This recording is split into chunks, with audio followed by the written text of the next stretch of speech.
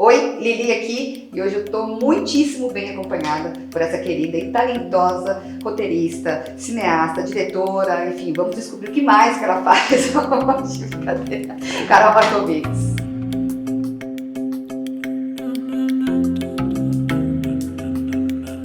E hoje a gente vai falar sobre o Pedágio, que é o segundo longa dela. Como é que tá essa expectativa para a estreia? É uma ansiedade muito grande, né? Estreia de filme, primeira vez que você mostra o filme para o mundo, é quase como se você fizesse um filme novo, na real. Quase como se o filme passasse a ter um novo significado que você vai descobrir, né? Coisas diferentes, coisas pro bem ou pro mal, então é sempre muito...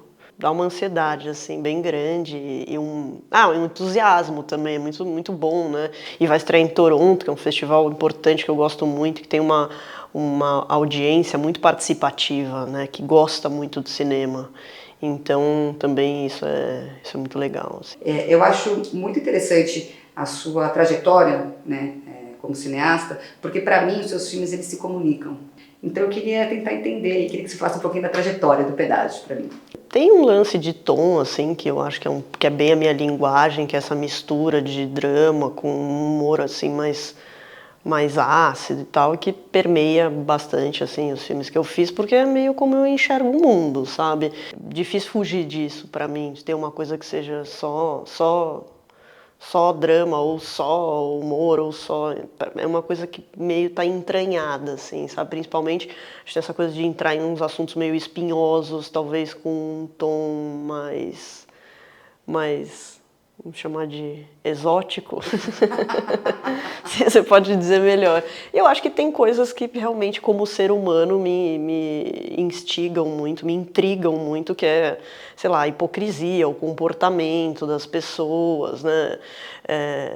As performances sociais, e isso eu acho que está em todos os meus filmes realmente, assim. O Carvão e o Pedágio, eles acabaram sendo filmados muito próximos, né?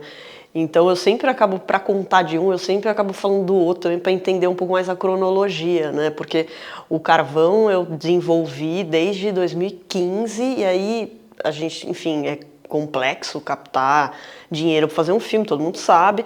E aí eu acabei tendo a ideia do Pedágio e comecei a escrever ele meio que paralelamente. Parei com um e fui pro outro. E a gente ia rodar o Pedágio antes, né?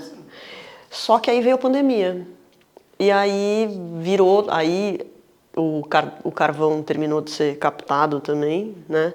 Como o Carvão era um filme um pouco mais controlado, né? Tem muitas cenas numa locação só, que é a casa, a carvoaria, foi decidido que a gente ia fazer o Carvão primeiro, né? E depois o Pedágio. Só que o Pedágio, para eu não perder parte do elenco e o fotógrafo, que na verdade já tinha perdido a primeira pessoa que ia fotografar, que era uma fotógrafa, por causa de data da pandemia. Então eu não queria de jeito nenhum trocar de equipe de novo, porque eu já tinha decupado o filme inteiro, tipo, 2 vezes. Já tinha tido um trampo de pré, assim, insano.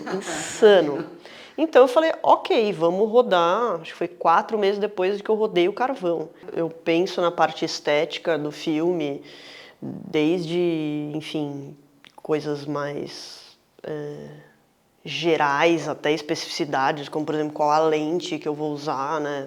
Obviamente discutindo isso com o fotógrafo, em função da história. Totalmente em função da história, dos personagens e dos lugares. Para mim é muito importante. Para mim, acho as locações, né, especificamente assim, os lugares onde o filme, onde aquelas pessoas vivem, quase um personagem. Quase não, um personagem. Então eu penso nessa estética em todos os sentidos, né? Qual vai ser a cor do filme, o visual do filme, a textura do filme, como é que vai ser em termos de movimento de câmera, de enquadramento, de direção de arte, tudo em função da estética, tudo em função dos personagens e tudo em função do que eles estão vivendo, né? Quando eu decidi fazer o filme em Cubatão, entendi que ia ser lá, cobrador de pedágio fazia sentido, né, ser nesse meio do caminho, assim, eu descobri um lado de Cubatão que eu não imaginava, que é fascinante, que é uma coisa que eu acho que tem tudo a ver conceitualmente com o filme, que é essa contradição, né? A contradição da própria personagem que está lá fazendo uma coisa ilícita para pagar pro filho virar certo, né? Que não faz o menor sentido, assim, né? Essa inversão de valores. E Cubatão é muito louco. Quando você chega em Cubatão, tem uma placa na frente, assim, uma das principais avenidas, escrito assim, Cubatão. símbolo da ecologia. E essa placa está completamente derretida por poluição. É maravilhoso. E ao mesmo tempo é uma cidade cinza e é uma cidade, né, super industrial, que já foi muito poluída hoje em dia, enfim, não é mais e tudo, mas é uma cidade totalmente assim envolta pela Mata Atlântica, então é bonito, tem um fascínio lá, tem alguma coisa que... Só que não é uma coisa que é binária, assim, sabe? Que tipo, é o esperado, é uma atmosfera mesmo, que é muito interessante. E a gente até falava, putz, ficar um tempo em Cubatão, como é que vai ser? E no fim das contas foi bom, as pessoas são acolhedoras, elas gostam de viver lá, tem uma beleza assim muito peculiar, né, na cidade. Como que você constrói esses personagens através dessa flexibilização moral que todo mundo tem e que caminho que você segue para que elas se tornem então humanas, porque na verdade assim a crítica não sobrepõe elas, né? É o contrário, elas estão vivendo dentro da natureza da atmosfera delas.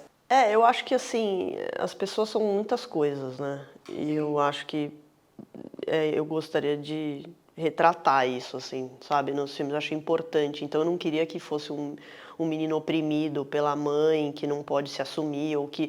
Não sei nem se ele se assumiria agora, ele é um adolescente, ele está se descobrindo, mas a mãe já quer cortar o mal pela raiz, sabe? Ela já tá lá, assim, desesperada, que ela tá sentindo alguma coisa. Eu acho que, né, muitas vezes as mulheres são retratadas como... Assim, aquela figura assim santificada, que não erra, que, né, está servil e tal, né? E aí o homem pode ser para o bem e para o mal, a pessoa que erra, a pessoa que toma as decisões. Nos meus filmes, as mulheres às vezes até, enfim, muitas delas tomam atitudes erradas, mas tomam atitudes. Eu acho que não cai em nenhum momento para situação escrachada ou para comédia ou para sátira, apesar do absurdo de algumas situações. Até porque é isso que eu ia te perguntar, porque como os seus filmes eles rodam muito, né, internacionalmente, eu queria saber como é que eles são assimilados.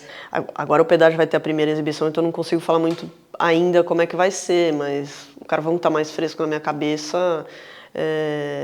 A Turquia, sei lá, as pessoas às vezes achavam violento e aí assim, na Europa achavam que era uma comédia ácida, entendeu? É engraçado até essas divergências de tipo, qual é o gênero do filme, sabe? Qual é o tom do filme? E tem muita diferença de público para público, né? Público que é mais seco, público que reage mais. É muito interessante isso, né? Porque depende muito de quem está assistindo, né? Tem esse tema da homofobia, né? Que de uma certa maneira foi enaltecido, né? Exatamente. Totalmente enaltecido, né? Quando você tem um presidente, você fala que ele preferia ter um filho morto a um filho gay, né? Ou quando você tem uma ex-ministra, né? Na época ministra, que fala que não pode brincar com a boneca da Frozen, porque ela é lésbica. Assim, é uma violência, ao mesmo tempo é um escárnio, e ao mesmo tempo as pessoas ouvem, ao mesmo tempo essas pessoas são muito votadas, então... dá até uma confusão mental, né? E assim, eu sinto cada vez mais que esse momento é uma coisa super urgente. Tem uma coisa, né?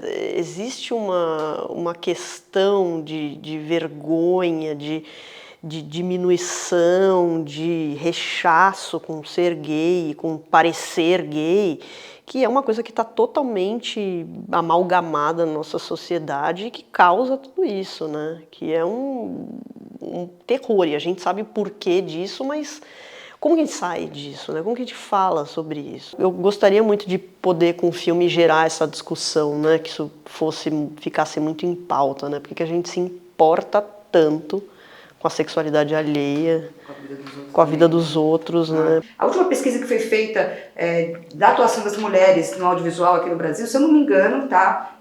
Foi em 2017. Depois disso a gente nem tem mais pesquisas, a gente vai medindo pela última pesquisa que a gente tem. Tem uma longa estrada pela frente, né? Uma longa estrada pela frente. Eu acho que esses movimentos todos, né, do Sankan chegaram para fazer com que as pessoas falassem sobre isso e isso realmente fosse ajustado de uma certa maneira, mas eu acho que está nos luz ainda, né? A representatividade feminina, tanto na frente quanto atrás das câmeras, né? Se for comparar com a proporção da população, é absurda, não faz o menor sentido.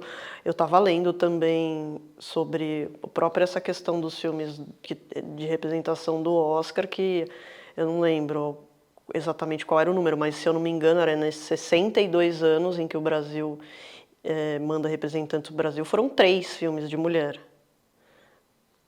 É uma conta que quando você para ver, né, assim, é uma coisa que você sabe, isso é posto, né, que é o disparo, mas quando você vê o número e a especificidade, assim, da disparidade, é um choque, né, é um choque muito grande. Então, enfim, espero que as mulheres possam fazer cada vez mais filmes e se ver mais na frente da câmera, porque eu acho que faz muita diferença, né. Querida, muito obrigada pelo papo, adorei. Pô, obrigada a você, Lili, adorei aqui. também. Obrigadão. Obrigada a você.